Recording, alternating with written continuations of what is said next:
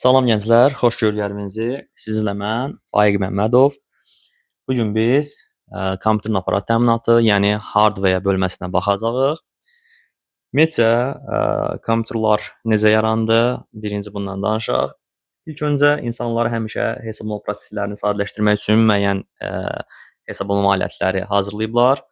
Ə, ən qədim hesablama alətlərindən biri abak, yəni bizim bildiyimiz şotka alətidir. Yəni bunu dominoda və yaxud da əvvəllər hardasa bir 60-70 il əvvəl mühasiblər hesablamalarda istifadə edirlər bu aləti.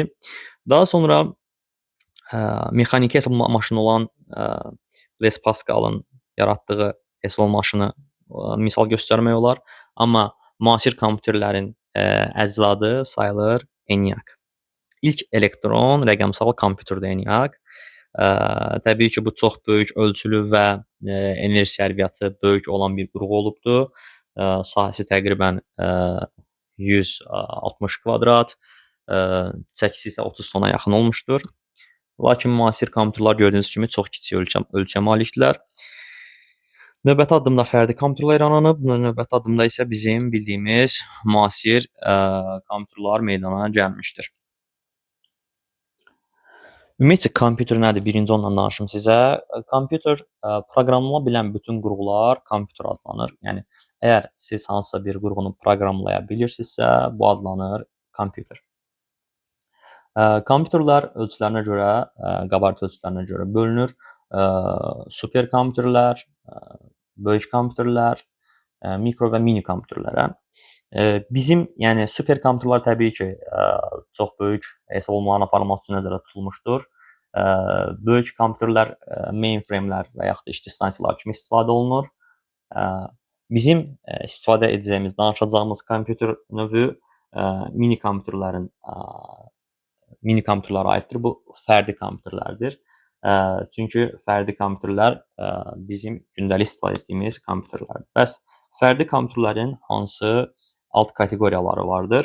Bunlar masaüstü kompüterlər, dizüstü, ovucu və planşet tipli cip deyək, belə deyək, ovucu və cip kompüterləri sinifinə aid edə bilərik, yəni bölə bilərik. Göründüyü kimi, baxın, fərdi kompüterlərin növləri burada da verilibdir. Masaüstü, dizüstü, ovucu və planşet kompüterlər. Masaüstü bildiyimiz bu monitor, klaviatura, sistem blokundan ibarət olan kompüterlərdir. Bunların üstünlüyü odur ki, təmiri rahatdır, imkanlarını artırmaq olur rahatçılıqla. Dizüstü kompüterlər, notebooklar, netbooklar, laptoplar, bunlar yəni dizüstü kompüterlərin növünə aiddir. Bunların üstünlüyü isə yığcam olmasıdır. Ovucu kompüterlər bizim telefonları misal göstərmək olar. Planşet kompüterlər isə bizim bildiyimiz planşetlərdir. Sizə burada yəni masaüstü kompüter haqqında geniş məlumat vermişəm, oxuya bilərsiniz. Dizüstü kompüterlər haqqında məlumata baxa bilərsiniz. Planşet kompüterlər haqqında məlumata baxa bilərsiniz və ovucu kompüterlər haqqında geniş məlumat əldə edə bilərsiniz. Müasir kompüterlərin məntiqi quruluşunu kim verib və bu məntiqi quruluş nəyə əsaslanır? Müasir kompüterlərin məntiqi quruluşunu John von Neumann veribdir. Von Neumana görə kompüterin quruluşu bu şəkildədir. Kompüter mərkəzi hissədən və periferiya hissələrindən ibarətdir. Mərkəzi hissədə gördüyünüz kimi idarəetmə qurğusu, emal-etmə qurğusu və yaddaş qurğularıdır. Periferik hissələrdə isə giriş-çıxış qurğularıdır. Görürsünüz burada bu mərkəzi hissədir, digər hissələr isə periferik hissələrdir. Və müasir kompüterlərdə gördüyünüz kimi məntiqi quruluşu mərkəzi və periferik hissələrə ayrılır. Buradan baxa bilərsiniz, giriş qurğuları, sonra giriş qurğuları vasitəsilə informasiya daxil olur emal-etmə qurğusuna, daha sonra yaddaş qurğularına, oradan idarəetmə qurğusu və çıxış qurğularına ötürülür. Bu şəkildə dövr edir informasiya.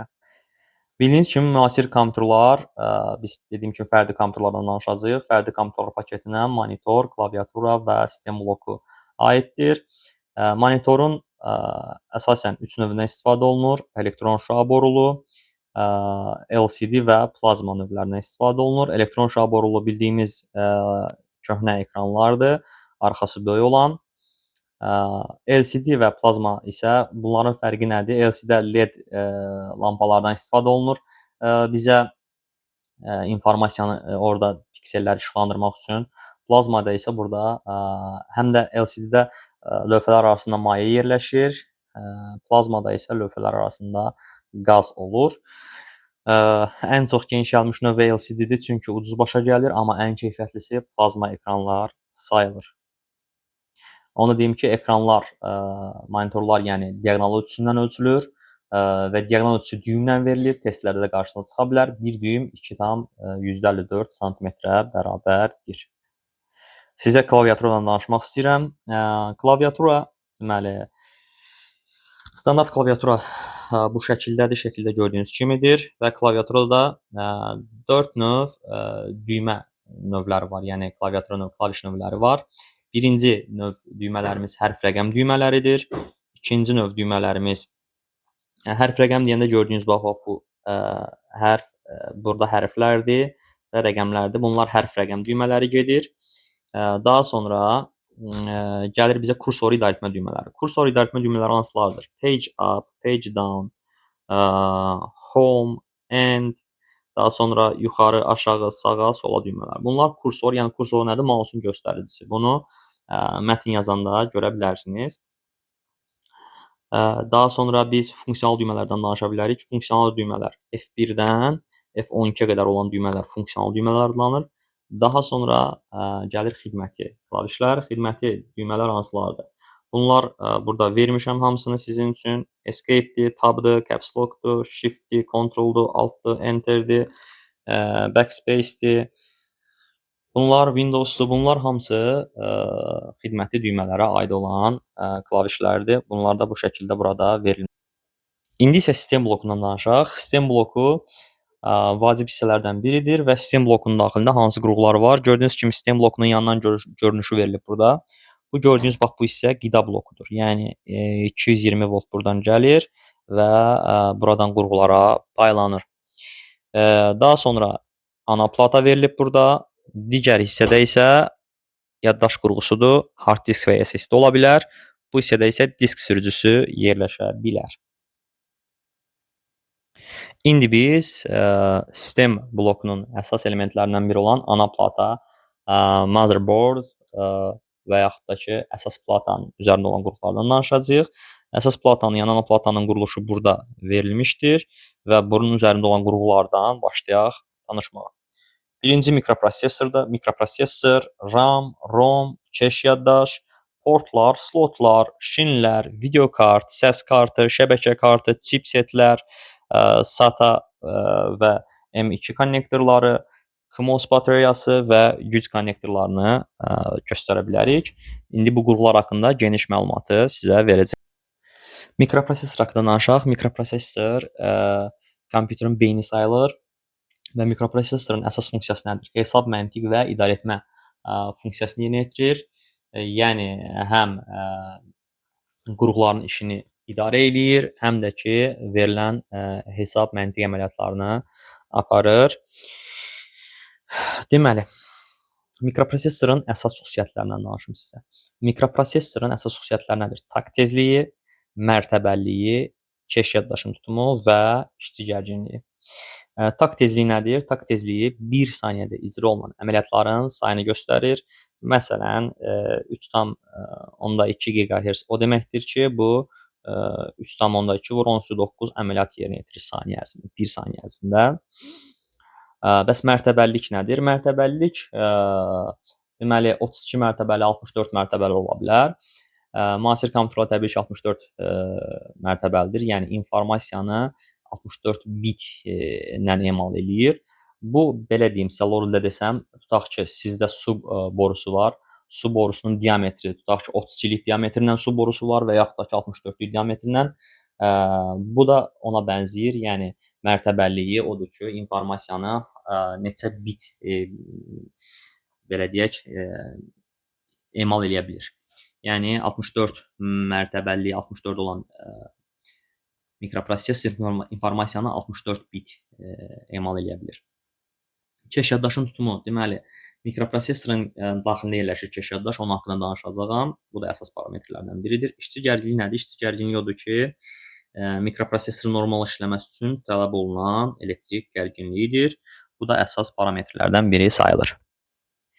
İlk öncə ana plata üzərində olan əsas qurğulardan biri olan RAM-dan danışaq, sonra keçsək keş yaddaşa.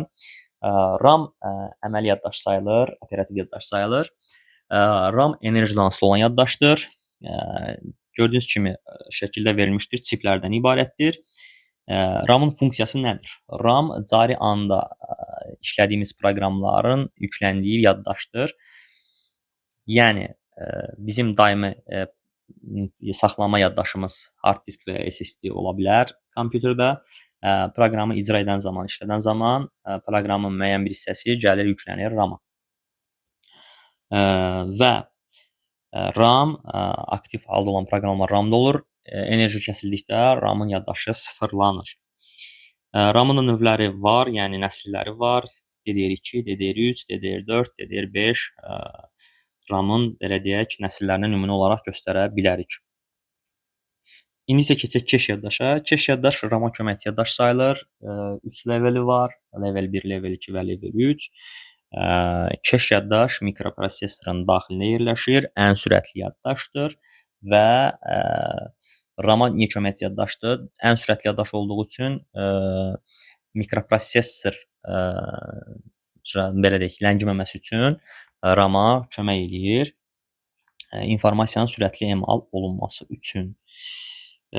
Sual düşür ki, keş yaddaş ən sürətli yaddaşdır və keş yaddaş harada yerləşir? Keş yaddaş mikroprosesorda yerləşir. ROM nədir? ROM deyəndə BIOS və CMOS yada düşür.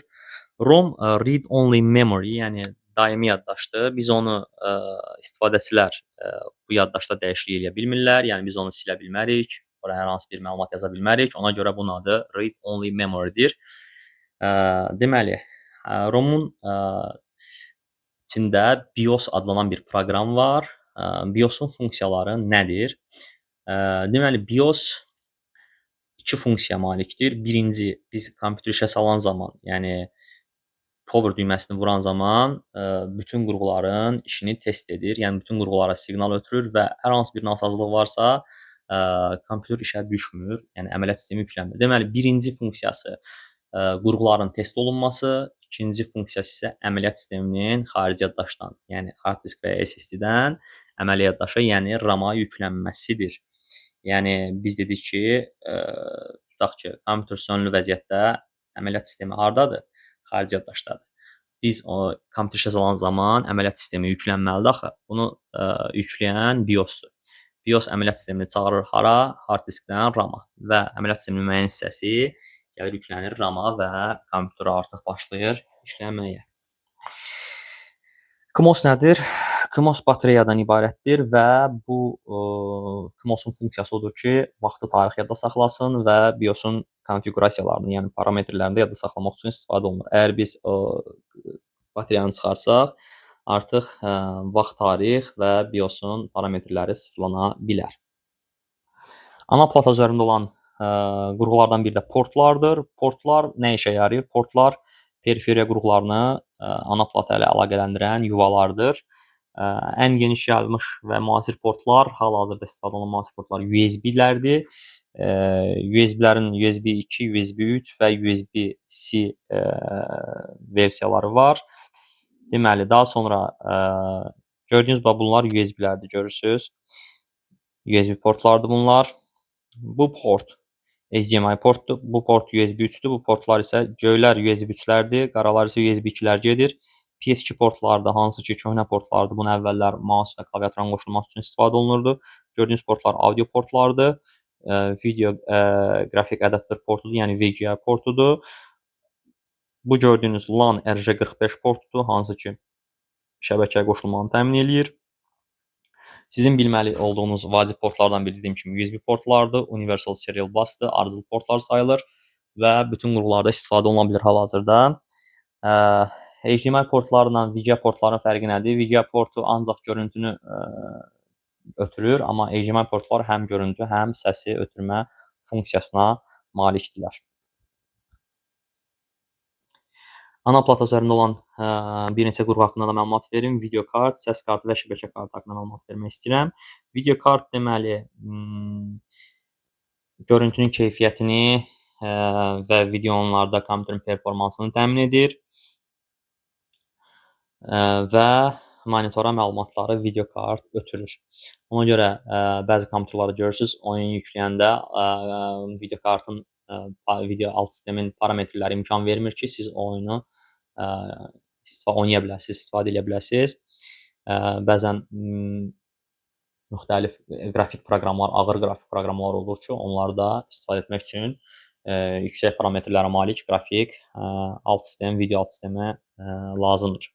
Səs kartı neynir? Səs kartı analog siqnalları, rəqəmsal siqnalları analoqa çevirmək üçün istifadə olunur. Səsin yazılmasıdır, oxudulmasıdır, bunlara aiddir.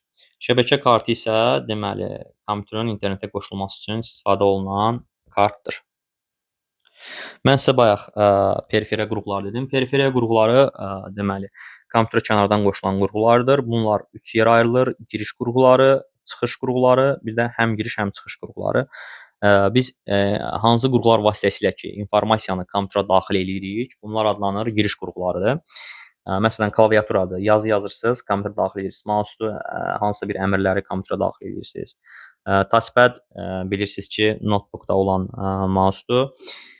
Trackball mouse'un xüsusi növüdür. Joystick var, pultlar var. Bunlar da giriş qurğuları sayılır.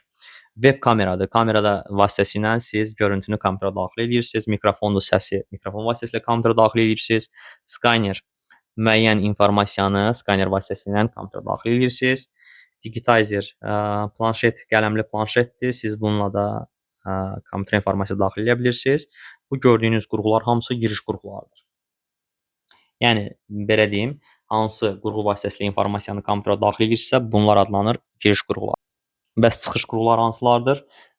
Kompüterdə olan məlumatları bizə ötürən yəni qurğular adlanır çıxış qurğuları. Bunlar printer ola bilər, printerin böyük versiyası, xəritə və daha böyük ölçülü banerlərin falan hazırlanması üçün istifadə olunur. Bu plotterdir. Monitordur, görüntünü bizə təqdim eləyir. Proyektordur, görüntünü bizə təqdim eləyir. Səs uzalandır, səsi bizə təqdim eləyir. Qulaqçıqdır, həmçinin bizə neyniyir? Səsi təqdim eləyir.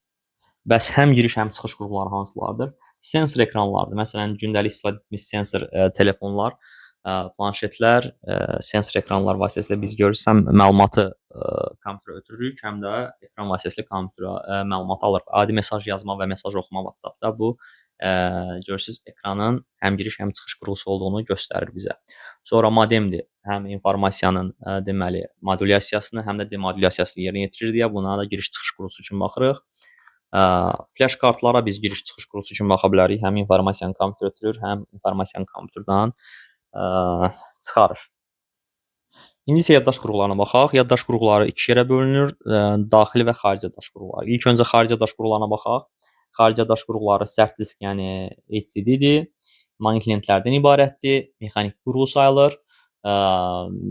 Bir neçə maqnit diskin üst-üstə yığılmasından alınıb. Ən geniş istifadə olunanlar günümüzə qədər hard disklər sayılırdı, amma indi artıq hard disklərin yerini SSD-lər tutur. SSD-lər çip sisteminə yəni əsaslanır, çiplərə əsaslanır. Orada maqnit disklərdən istifadə olunmur. Flash yaddaş növünə aiddir SSD-lər. Sonra USB flash yaddaşlardır, yaddaş kartlarıdır, CD-DVD disklərdir. CD-DVD disklər artıq günümüzdə çox da istifadə olunmur. CD disklərin tutumu 700 MB, DVD disklərin tutumu isə 4.7 GB-dan 17 GB-a qədər gedir. Blu-ray disklər 25 GB-dan 50 GB-a qədər məlumat saxlaya bilirlər. Daha sonra maqnit lentlər bu toy kasetlər ola bilər və yaxud da mahnı kasetlər ola bilər. Bəlkə də siz görməmisiniz, amma sizdən əvvəl var idi bunlar. Bir də floppy disk adlanan bir disk var. Floppy disk isə deməli 1,44 MB həcmə malik olan yaddaş növüdür. Daxili yaddaş qruplarına isə RAM-dır, ROM-dur və cache yaddaş aid olunur. Bunlar haqqında da mən sizə məlumat vermişəm. Yəni bunları necə fərqləndirə bilərsiniz? Daxili yaddaş, xarici yaddaşı. Ana plata üzərində olan yaddaşlar daxili yaddaşdır. Ana platadan kənarda olan yaddaşlar isə xarici yaddaş qruplarıdır. Çox şagirdlər hard diski daxili yaddaş kimi götürürlər. Xeyr, bu sistem blokun içindədir, amma ana platanın üzərində deyil deyə biz buna xarici yaddaş qrupu kimi baxırıq. Bu mövzumuz bu qədər. Rəy və təkliflərinizi şərh bölməsinə yazın və kanalımızı like etməyi, abunə olmağı unutmayın.